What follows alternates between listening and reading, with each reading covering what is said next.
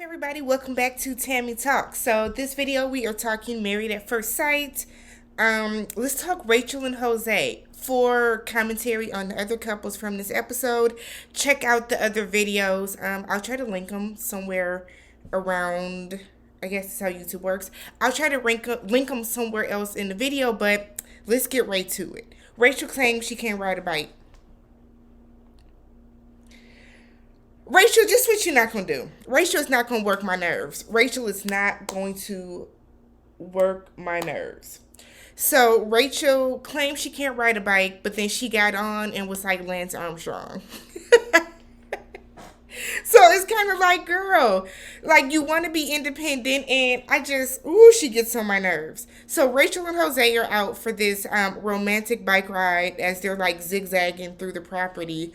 I thought they were going to actually like leave the resort and go somewhere, but no. They literally rode like the perimeter of the property.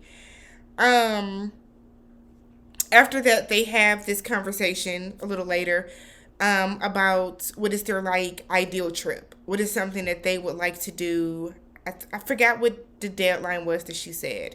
But Rachel's ideal thing was to go to Switzerland. Jose told her, Jose told her that he thinks that they should start saving and like planning to prepare to build a family. So he suggested Vegas or New York. Switzerland, Vegas, or New York. Come on, y'all. Come on. I get what Jose is saying.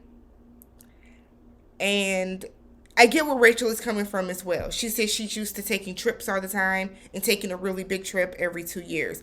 But Rachel, you continually tell us how bad you are at finances. You continually mention how bad you are with paying your bills, how you used a whole credit card to pay for a trip to Europe because you had to go. You had to go, but anytime you come to Jose and you guys start to talk about finances, you have a problem with it. The financial situation that Jose suggested. We each have our separate accounts. We have a joint account for bills, right? We have a joint account for bills. When you get paid, let's take out everything that we need for the finances. Everything we need for the bills, that needs to come out first. The rest of the money, that's yours. That's not a fucking allowance, Rachel. That's not an allowance. I truly don't understand her. So like you keep telling this man how bad you are with money, and then he's like trying to help you or make sure that you start getting, help you do whatever.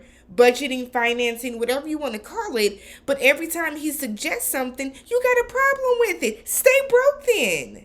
Stay broke. I am so sick of Rachel bitching about this money situation with him.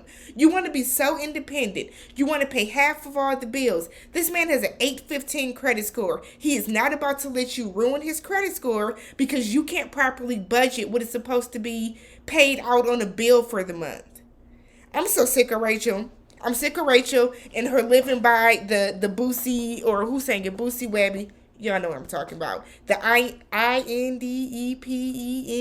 I am so sick of Rachel. Either you want to be married or you don't. Yes, Jose is overbearing to a point, but it's like Rachel, it's like she puts him in a situation where he feels like he has to be. How dare you say that you put a whole trip on a credit card? That is ridiculous to do. For one, you want to pay half of all the bills. For two, but you also want to take random trips spontaneously for three. But you don't want his help with it. After telling him you were bad with money. Girl, get the... No. Jose is going to divorce her. If not because he is clearly not sexually attracted to her. We find that out. That's in my notes. Because they start talking about sex a little later in the episode. And he said that you have to check off all these boxes for him to have sex with you. They're playing Never Have I Ever on the boat. And Bio asks, Never have I ever cheated. And Rachel drinks. And Jose is offended. Jose feels away because his father cheated on his mother. We met his stepmother at the wedding. So Jose feels away because of that. He feels like cheaters are selfish people. She didn't cheat on you. She cheated in the past. I've always said once a cheater, always a cheater myself. But I kind of feel like, too, once you get older, and it becomes a point where, how long ago was the relationship? Was she a habitual cheater? Does she cheat on people often? Was it a one-time thing? These are all things that I feel like should factor into how Jose feels about this. But Jose looked downright depleted. You know what I mean? Like, Jose was looking like, damn, she cheated on me. That's how, like, disgusted he looked. They are not going to work. They're not going to work. And theirs is, aside from, like, the obvious, the sexual attraction is not there. And one way that you can really tell is because Jose is, like, super overcompensating, right? So all the PDA, all the touching, they're awkwardly sitting like this, holding hands all the time. He's not sexually attracted to her, or maybe any woman, but he's not sexually attracted to her. So he's overcompensating, the constantly kissing on her, the explicit PDA that they're doing constantly when they're in a group. Because when they're in their scenes alone, we don't see them doing that. We saw them kiss when they woke up that morning, but when they were sitting out or before or after they got off the bikes, they're not doing the repetitive kissing and the hugging and all that stuff. They seem to do it in front of the other couples. And I think it's a way of Jose trying to prove his manhood to the world, to the other guys. Just, come on, Jose. Come on. You're not fooling anybody. If you are not sexually attracted to this woman, don't be with her. Aside from that, the finances. You know, he budgets and balances his checkbooks and finances to a T. Rachel seems to be a more fly by the seat of her pants type person. And that's not to say that her bills are not getting paid, because that's not what I'm implying. And she has not said that she's not paying any of her bills on time, but she has said that she's bad with money. Her family has said that she's bad with money, bad with saving. So you have somebody that is willing to help you and get shit in order. Dude, I would love to have somebody come in and say, all right, I'm about to take everything out of your paycheck, pay all these bills up front. This is the money that you have to work with the rest of the month. Girl, don't block your blessings. Take that and run with it. But Rachel is too independent. She's too prideful.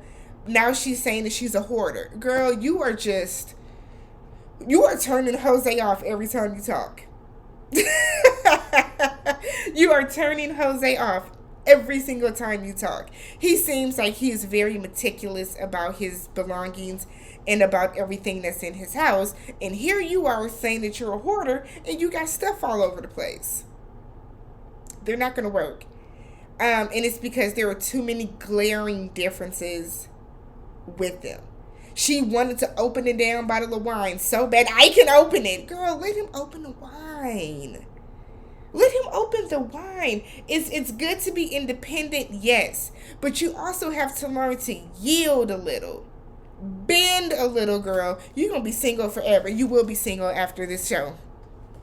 So, keep up with me in more Married at First Sight commentary, other TV show commentary, and just me talking, because that's what I do. Hit the subscribe button. Make sure you thumbs up the video. Come back next week for more.